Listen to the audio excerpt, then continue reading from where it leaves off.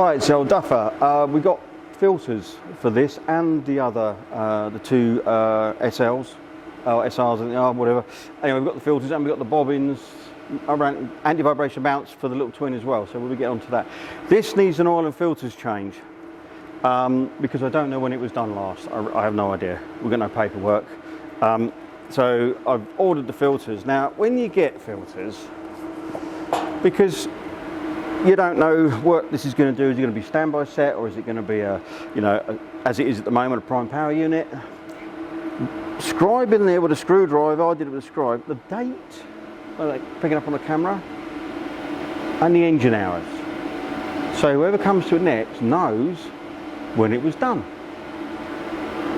And the same on the air filter, because this is a, one of these, right, the engine hours 2,395 and the date with a permanent marker. I always like to change engine oil on generating sets every 200 hours. Oil and filter change on anything, car, bike, truck, bus, whatever, will greatly improve how long your engine's going to last, and it will save you a lot of misery. Engine oil and filter change is not that expensive, especially if you do it yourself. Warm it up first. We had this running, that's why it's a bit smoky in here. This is now warm, and it's been sitting about 10 minutes or so. Let all the oil run back to the pan, and we're going to dump it out. This has got an extended drain on this one, which is quite nice. Do not compromise when they say, oh, you can do 18,000 between oil change on your car. No, you can't. I do it 6,000 miles, and my engines, I've never blown an engine up yet. So, and I work my stuff, so I'm going to get oil pan and we'll let her run out.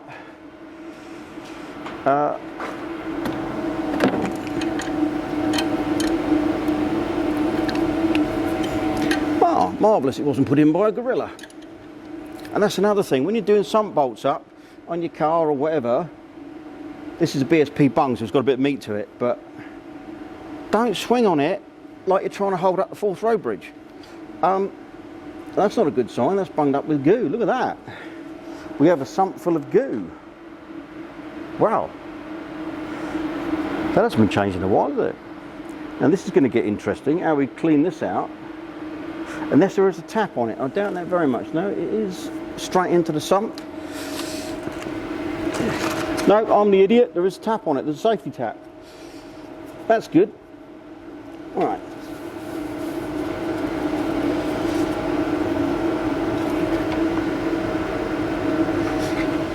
And it still don't want to come out. Wow. Of course, assuming that the tap actually works. But there's one way to find out. Oh, back in a minute, don't run away.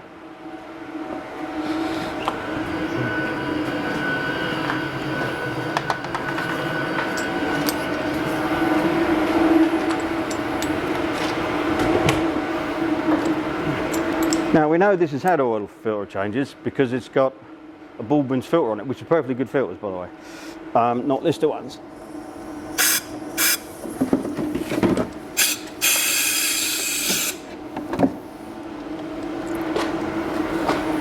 Hopefully that will start to run. Nope. This is where I could deal with my other gun with a short doofer on it, but I haven't got my other gun with a short doofer on it here. So,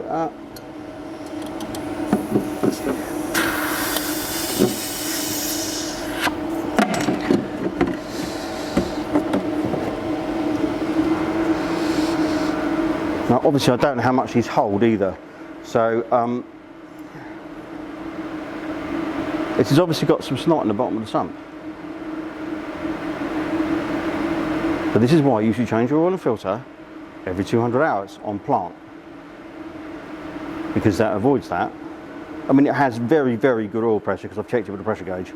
So I'm not bothered that there's a problem with it. But you really do need to do this to avoid that.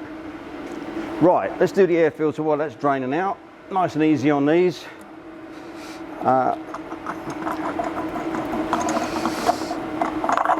Take its hat off and the undo. Right. You don't need to change the air filter every 200 hours. It's the oil filter you do need to. I normally change air filters every 400 to 500 hours, depending on the environment in which they're working in. If it's a very dirty, dusty environment, you may have to.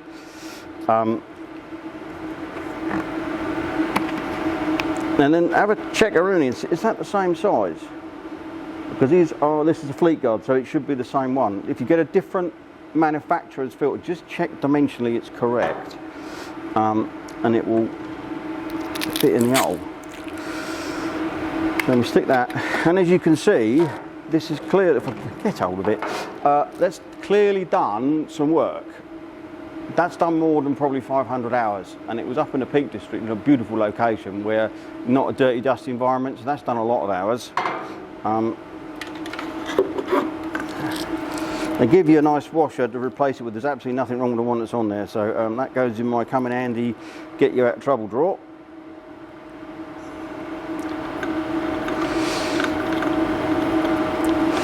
And, you know, I think all the filters for all three engines, the ones for the STs or SRs, can't remember, brain fade, they were like £3.50 each.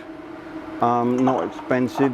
Ones for this were a bit more money. I think this was air filter was about 12 quid, and the oil filter was the same. So I think the whole lot with carriage come to about 50 quid. There is an oil bath air filter on the little single cylinder, and I had a paper element in stock for the twin from years and years ago, brand new. So we used that one. So that's that. That was difficult, wasn't it? Is there porridge coming out the sump? Oh, it is too. Look, porridge is flowing. Marvellous. I'll go and get another drain can and we'll pull the filter. If I can find one. Right, that'll do. Hopefully, this hasn't been put on by a gorilla either. Just want to catch some of the drips, that's all. And also remember, when you're doing something like this, if it's in situ and all wired up, disconnect the battery, because you don't want it to somebody to start it up remotely and you're working on it. I know it's got low oil pressure shutdown, so in theory it shouldn't come to any harm, but then I'll make you jump when someone does that.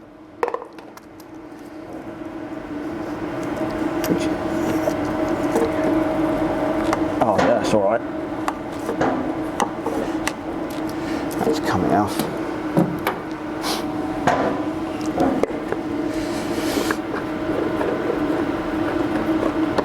Here we go. Yeah, that's why they get covered in oil. Now, what we'll do, you get your new filter, make sure the rubber seal there is still attached to your old filter, because you don't want to end up with two gaskets on there and it'll squirt out the side when it gets hot. You just get a bit of your oil from your, taking that one off, so it slides and doesn't twist the filter up when you put it on, and you screw it back on. Now you don't need to use an oil filter tool to screw it back on. You do not need to swing on it like a gorilla. You literally do it hand tight. It will not come off and ruin your day. It really won't. There we go. And it doesn't, that one's actually ended up tightened up the right way around, but it doesn't matter whether the numbers are upside down, you can still see what it says. So, put that down there, so I'll trip over that immediately. And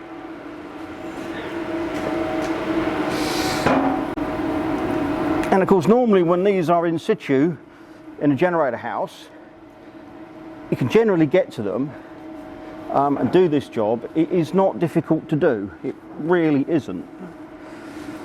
Do it yourself, don't need to pay someone. But if you are oil averse and don't like getting covered in gook, then fair enough. That's why the tray underneath the fuel tank gets covered in oil, because obviously when you're doing oil and filter change, and we have cleaned this one up a bit, it ends up like looking like that. So we just wipe the excess off. We'll be checking for leaks once we get it going. In a minute, put some oil in it.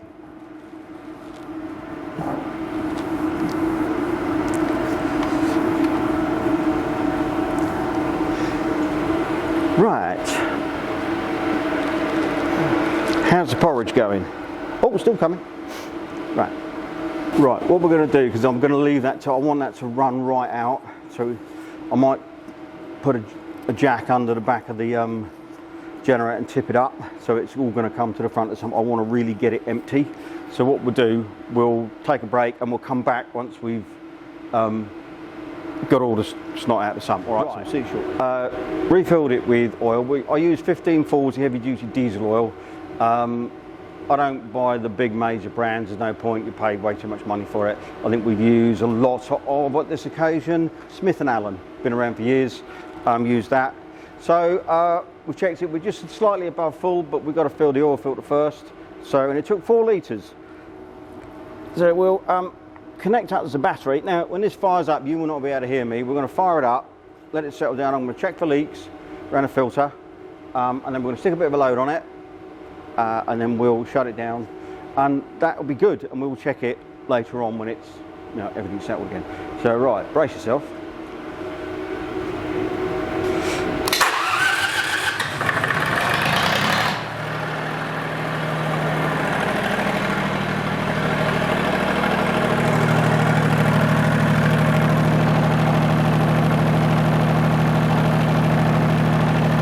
Good. We're good.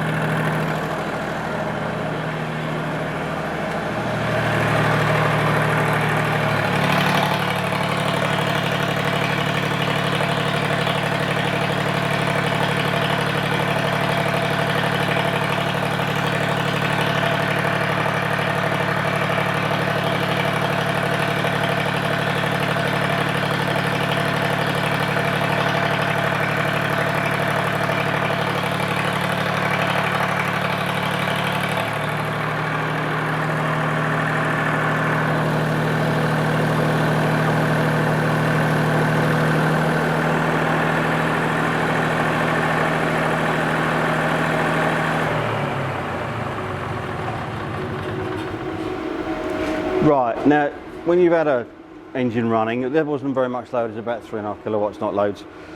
If it's working hard, don't suddenly just shut it down unless you knock the load off. Let it cool down, because the cylinder head's going to be the hottest part because it's working hard. So let the coolant system offload, run a bit of water around and get the temperature down. Otherwise you can crack cylinder head, especially if it's turbocharged.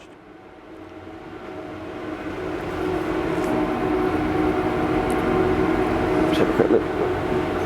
It's probably going to be impossible to tell where we are till later on when it's all settled again. Yeah, that's saying just below full. We will check it later once it's all settled. It'll probably be just on the money. Right, that was difficult, wasn't it? Not. So you can do all this yourself. Really isn't. This is so easy to work on, even if it's in a building. It's really easy to work on. Right, the next job is we've got all the parts for the little twin cylinder here. So we're going to have a bit of a change around, set up, and we'll get right. We've replaced the old control box assembly rubber doofers. The anti-vibration mounts were gone. We put 4 new ones of those on. The solenoid that energizes the start winding in the back, that's the one I took out. It doesn't look that old, but it's got corrosion on it, and it may well be corroded inside because it was intermittent. The fuel solenoid would lift and this didn't fire, so it's either that or we've got a connection problem, but we'll go with that for now because they're all rubbish anyway, all poor quality these days. This engine has got a starter ring in here, and they don't all come with starter rings. The little 1 cylinder hasn't. I can get one, old stock, because obviously none of this exists now. Listers have gone as they were, and you can put a starter motor on. So if that alternator dies, you could put a conventional 1500 RPM alternator on there, modern type, a starter motor in there, and still use that panel. And you'll still have mains failure. You could either make it mains failure, start automatic, sorry, mains failure, or a start-o-matic like it is now. Get me teeth in, you idiot. Which is kind of handy. The biggest headache with these is the starter motors for these things are like 200 or 300 quid, but I think you can get a knockoff now for probably 150. So it would need me to put a starter ring on the old pop over the little single cylinder and a starter to make that one do the same. But this is 7 kilowatts. This is quite useful. So it would be worth doing if that alternator let go, and they do eventually, like everything. We have a fuel filter in stock to replace in there. My biggest fear is that when I undo that, all the threads will come with it, because most people don't change the little rubber O-ring that sits up inside the the top here in a groove, and they just wind it up and wind it up and wind it up because they're too lazy to change the old hard O-ring and then pull the threads out. So we may be changing the housing as well, but we'll find out. But I will insert a picture. I'll work out how to do it. When we took this out of the building, we had to cut this off so short because it wouldn't undo, to get it that tiny, tiny, tiny little gap we had to get the whole thing through. When I went to get it out, even though I've got this all red hot, it would not come out. And I managed to get the bolts out, which was a bit of a miracle.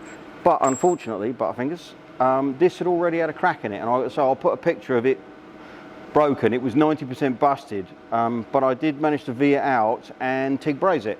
And it worked really, really well actually. And the first time I've actually had any success with that. Must have got the settings right on the machine. So what we're going to have to do, because the bolts did break off and I managed to get the studs out, what was left of the bolt, we've got to shorten these. They're 3/8 UNF, and I do have a tap for that. And we're going to go and hack these off the right length and put the thread up to the top so we can use them. So walk this way.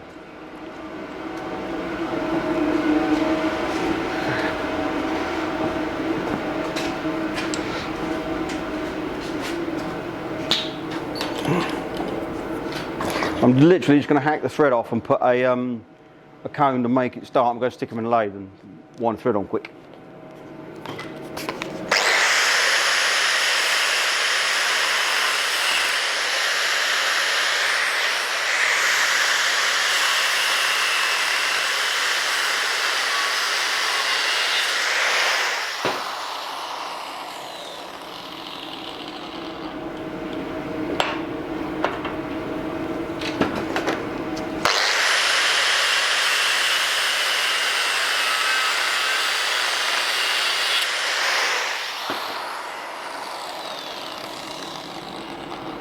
Right, I'll just stick a cone on these to get them started.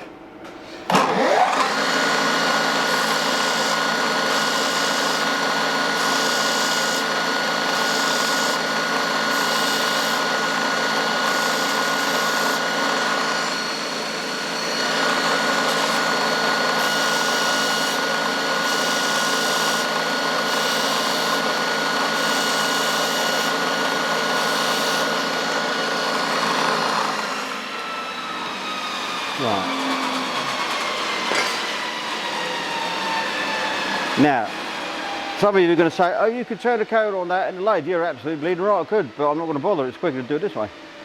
It's 2 bolts. That's it.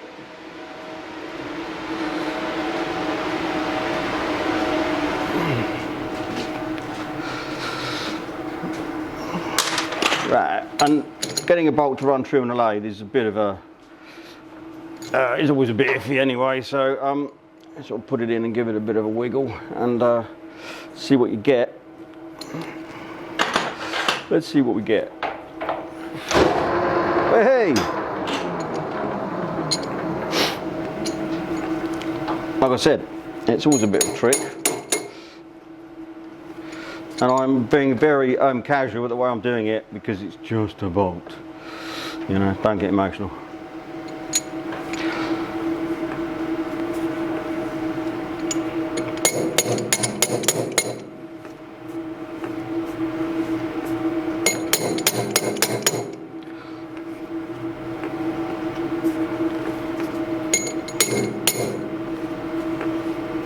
That's better. Right, I don't do thread cutting at high speed because it can go horribly wrong. So pull that up here, and I have a tailstock die holder which makes doing threads on bolts so much easier. We want a bit of that. Some of that, lubricate that. Yeah, and I slow the lathe down to the absolute crawl because it's just a bit easier.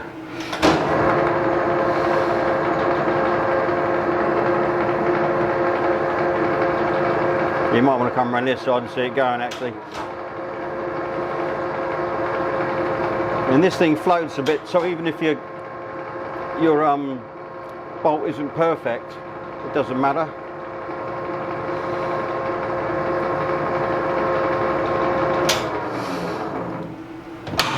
stick it in reverse, and then wind it backwards. And hopefully we'll have a perfect thread.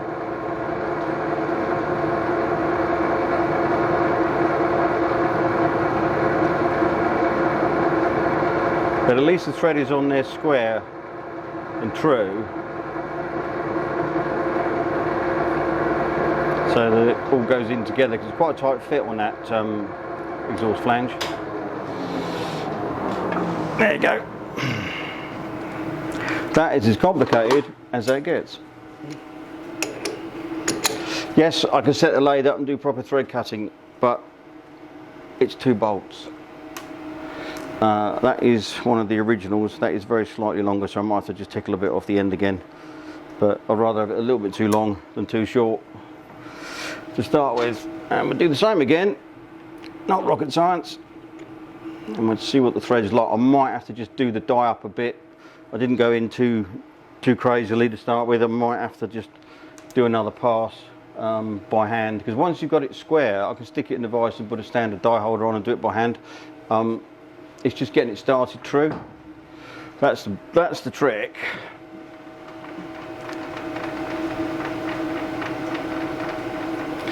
And I've done tons of thread cutting on lathes over the years. So doing it this way for just 2 bolts is by far the best way of doing it. I'm literally eyeing it up to get it kind of sort of, you know, it really is, so you can get away with.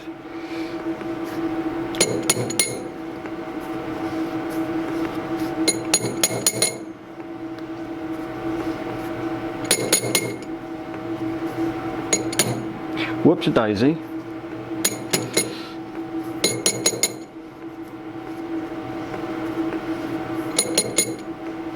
That's enough. As I say, that the old die holder floats a bit, so you can get away with a bit of murder. Right, thread cutting. This is just Rocol thread cutting compound. That's all, just to help lubricate things a bit. Otherwise, you just blunt your dies really quickly. Same with your taps. Right. Do that, and the cone on the front help it find its own position. It's all a bit, you know. Put that in gear, make sure it's in forward, and off we go again. And you just give it a bit of a push, and once it starts threads cutting, it'll pull itself on. There it goes.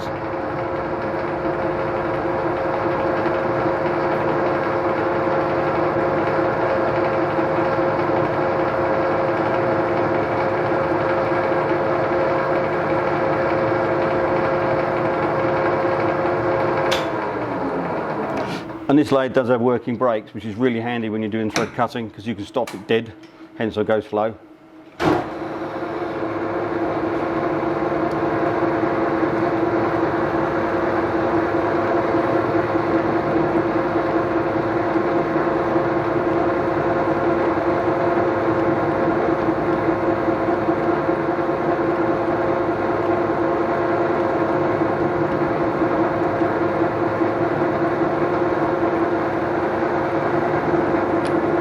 That's it.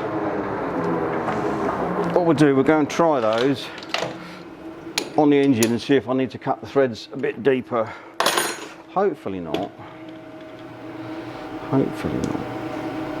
Well, I'll do that by hand. I'll take this out and do it by hand. That's just a bit easier. Right, let's just go and see what we got. It might be a tight fit, it might not.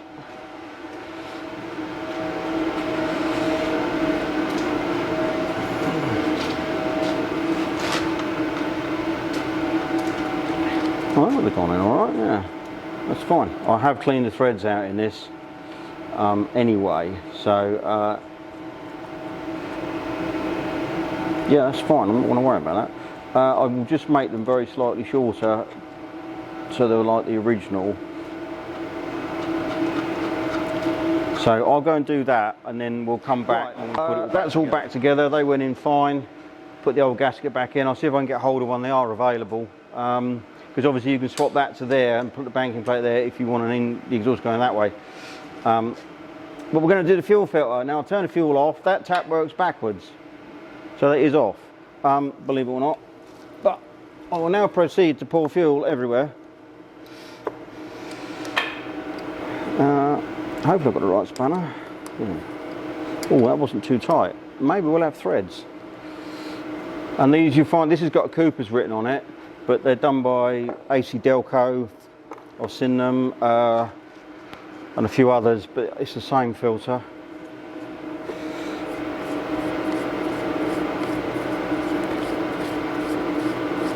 This engine has had its pumps replaced, its injection pumps.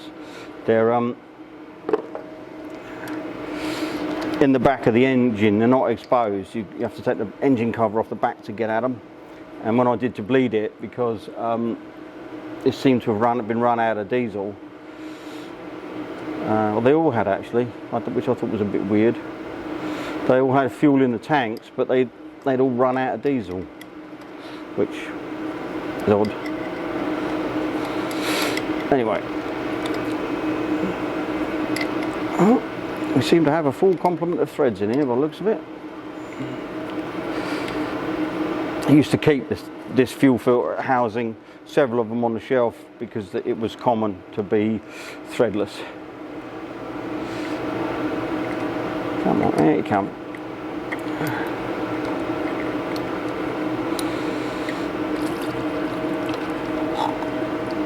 Okay, that was pretty good, pretty clean there. A little bit of sediment in the bottom, nothing to get emotional about, which is quite good. Baldwin filters. Yeah, right. I've opened these up where it looks like a coal mine in there, but this looks really good actually, just a little tiny bit at the bottom.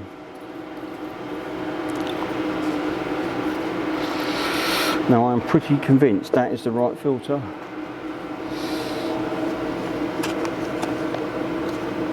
It may not be actually. We may have to order one.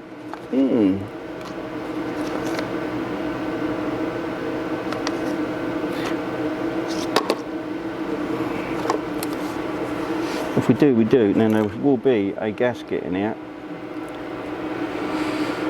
There we go. Now that actually looks quite good. I pulled these out where they're just cracked and solid and hard, and people have wondered why they leak. You know what, this packet's open anyway, bugger. Let's just see what's what. Let's see if it will fit.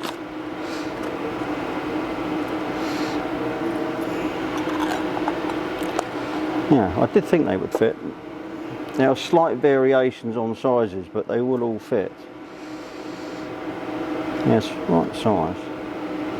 If this won't stay in there, the old trick is to clean it up and put it in with a bit of grease in a few spots. The grease squeezes out, and that helps you defy gravity enough to put your filter back in.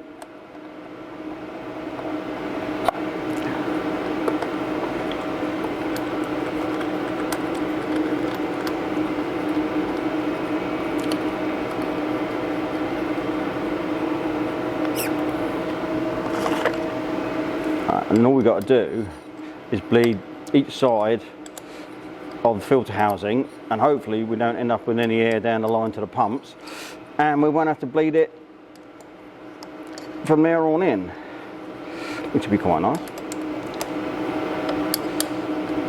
Now obviously I can't write the date and engine hours on this because it's an element filter. Just nip. There's no need to be Charles Atlas and swing on it like a gorilla swinging from tree to tree. Just don't do it. Now I bet I can't. Oh, it's going to do. Right, let's turn the tap. Back after the intermission, battery died on the camera whilst we were bleeding that. Yeah, the basic idea is these are little thumb screws with a rubber seal on, and you literally, I'm not going to undo them again because I'll clean it, but you undo them till the diesel comes out of there, put that one in, go to that side and do the same, and then it's all the air out. And because this was running, we should go. Now this is a 24 volt system. The little pop is a 12 volt system. I've tried to revive that battery there, that black one, out of a pile of batteries we had kicking around. I may have to go and take the battery out of the transit to get it going, but we will give it a go and see what happens. I just want to see if it does actually fire up. Have we got any battery charging? Because I don't know. It's 12. What's going on here? That's right. So we should have. Just finding somewhere to get onto. Come on. I don't want them to go in the control box just in case something comes off. Okay, well it's saying we've got loads of volts. So, as in 25. So there's no return line on at the moment. That goes back to your tank. We're not running it long enough. It won't squirt diesel everywhere. It may just go, and it might start. Let's give it a go.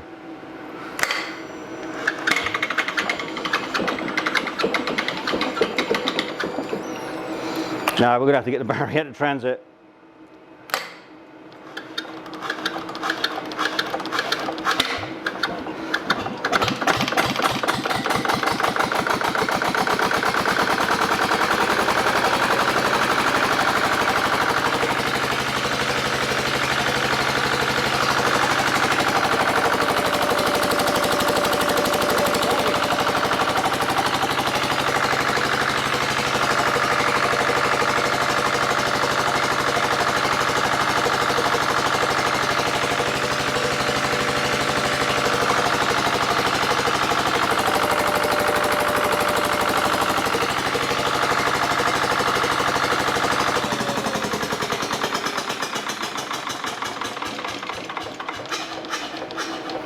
With a decent set of batteries, one of those is good. It's the battery off the RL. With a pair of good batteries, these whip over no problem. I just held the decompressor over a little longer to get a bit of momentum, and then it bit. So what we need to do is put ear defenders on and put a cable in here so we can load it and put some more fuel in my little tiny tank here and get it hot so we can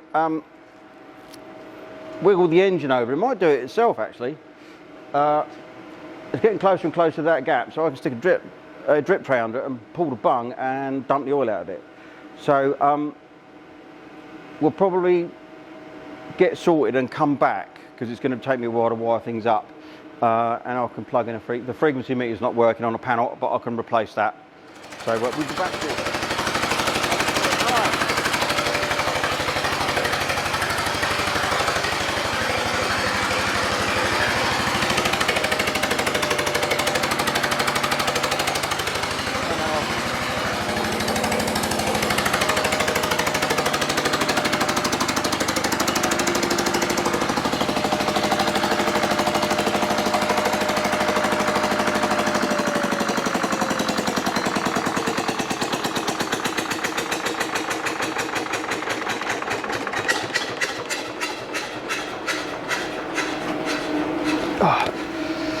Phew.